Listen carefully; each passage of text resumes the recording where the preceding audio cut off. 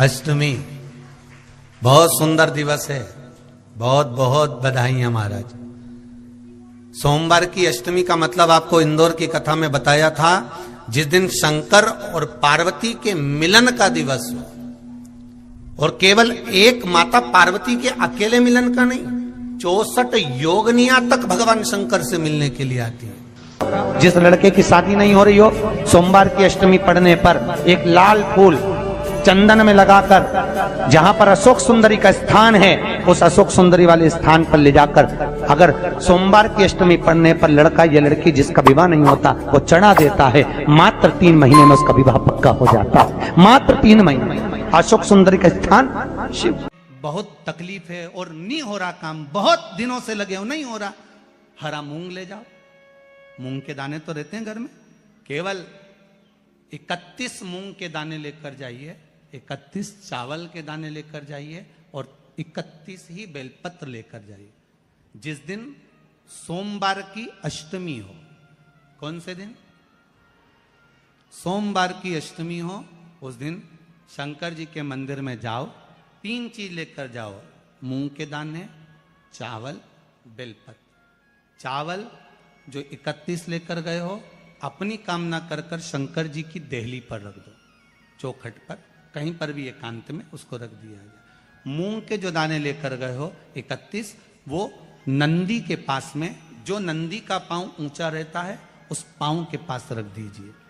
और जो 31 बेलपत्र लेकर गए हो, वो 31 बेलपत्र अशोक सुंदरी वाली जो जगह है, आपको पहले बताया है कथा में, अशोक सुंदरी जी का स्थान, ये शिवलिंग, ये जलाधारी जहां से पानी बहता है, उसके बीच में एक मोटी सी लाइन होती है, जो शंकर भगवान की छोटी लड़की अशोक सुंदरी का स्थान है। शिव जी के 13 बच्चे हैं, 13 बच्चे में सबसे छोटी लड़की अशोक सुंदरी यहीं पर विराजमान होती है, जहां से पानी नीचे गिरता है। प्रत्येक शिवलिंग के सामने एक मोटी सी लाइन होगी, उस मोटी सी जो लाइन है अशोक सुंदरी, वहां पर जो 31 बेलपत्र लेकर गए हो, अपनी कामना कर कर पीला चंदन, लाल चंदन लगाकर उस पर समर्पित करते जाओ। उसकी डंडी जहां से पानी बहता है उस ओर होना चाहिए। आप निवेदन कर कर देखो, एक सोमवार की अष्टमी पर कर कर देखना, दूसरी सोमवार की अष्टमी आएगी, अपने आप आपका काम हो गया होगा। बाबा से निवेदन तो करो, क्यों भटक रहे? एक मात्र शिव मंदिर में झाड़ू लगा रही हैं अहिल्याबाई, साधारण सा भाव है, केवल एक झाड़ू।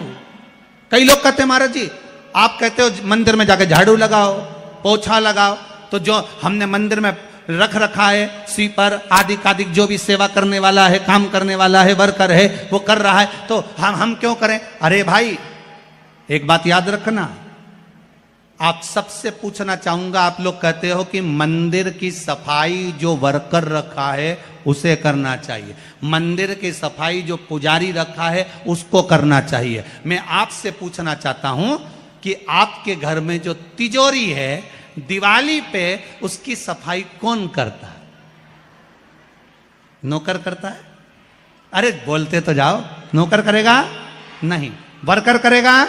नहीं। स्वीपर करेगा? नहीं। तिजोरी की सफाई कोई दूसरा नहीं करता, तिजोरी की सफाई हमें करना होती है। उसी तरह मंदिर की सफाई ना पुजारी करे, ना कोई वर्कर करे, जो दर्शन करने जाए वो करे, क्योंकि ये तिजोरी है हमारी, ये तिजोरी है हमारी, यहां से हमें मिलता है, ये मेरा देव अधिदेव महादेव देता है।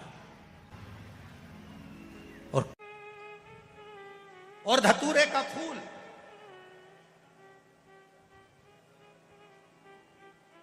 कांटे वाला धतूरा, और उसमें लगने वाला एक पुष्प। आस्था चैनल पर आप लोग देख रहे होंगे धतूरे के फूल का दर्शन।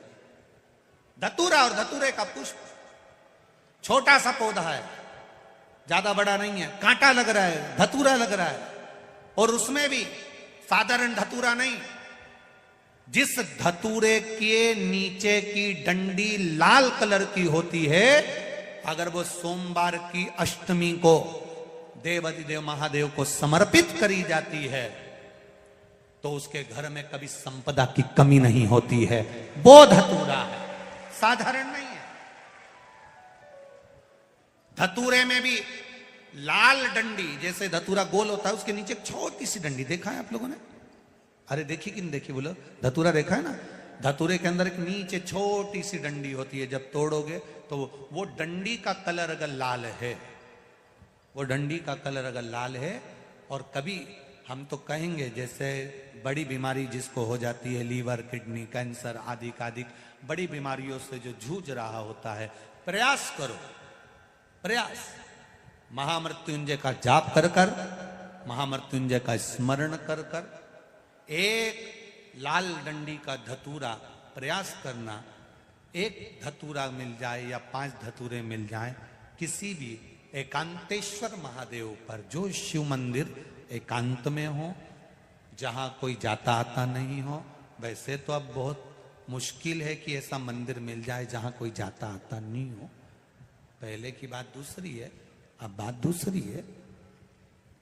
फिर भी कहीं आप रोड पे से निकल रहे हो, एकांतेश्वर महादेव अगर आपका दिख जाए, बहुत बीमारियों से ग्रसित हो, तो भी महामृत्युंजय जाप का स्मरण कर कर या किसी विद्वत ब्राह्मण जन से महामृत्युंजय मंत्र का जाप कराकर, या भगवान शिव के मंत्र का जाप स्वयं कर कर, वो भी ना बने तो पंचाक्षर मंत्र नमः शिवाय, षडाक्षर मंत्र ओम नमः शिवाय, या श्री शिवाय नमस्तुभ्यम जप कर वो लाल डंडी का धतूरा 5 एकांतेश्वर महादेव को आप समर्पित कर सकते हो। रोग थम जाएगा, जो दवाई खाओगे वो शरीर को लगना प्रारंभ हो जाएगी और आप स्वस्थ होना प्रारंभ हो जाएंगे। अगर बड़ा रोग, देवी शंकर के मंदिर में जाओ, शिव जी का पूजन कर कर जब वापिस आओ, तो शंकर भगवान के मंदिर में जो बाहर नंदी बैठता है, उसके कानों में ओम नमः शिवाय बोलकर अपने मन की कामना उसके कानों में बोलकर आप आ जाइए, आपकी कामना 3 महीने में पूरी हो जाती है। नंदी के ईश्वर भगवान का स्मरण करिए। अगर 7 बेलपत्र आप शंकर को समर्पित करते हो तो 1 बेलपत्र नंदी भगवान पर भी जबरदस्त अवश्य समर्पित करें। नंदीश्वर भगवान शिव को समर्पित, 1 बेलपत्र नंदी के ईश्वर की ओर चढ़े। और बहुत ध्यान दीजिए महाराज, अगर कोई काम अटक रहा है, नहीं हो रहा, बहुत प्रयास करा, तो भगवान शंकर के मंदिर में 5 बेलपत्र चढ़ाइए। और शंकर भगवान की जो छोटी लड़की है अशोक सुंदरी, आपको बताया था ना अशोक सुंदरी का स्थान, भगवान शंकर की 6 लड़कियां हैं, उसमें से सबसे छोटी लड़की अशोक सुंदरी की जगह पर 1 बेलपत्र चढ़ाइए। फिर 1 बेलपत्र नंदी के ईश्वर पर चढ़ाइए। और नंदी के ईश्वर पर चढ़ाने के बाद भगवान शंकर के मंदिर के बाहर चौखट पर दिया लगा दीजिए साइड में, और फिर अपने घर पर आ जाइए, आपका कार्य सफल होना प्रारंभ हो जाएगा। नंदी के ईश्वर, भगवान नंदी के ईश्वर का स्मरण कर लेने पर जीव आनंद सुख की अनुभूति करता है,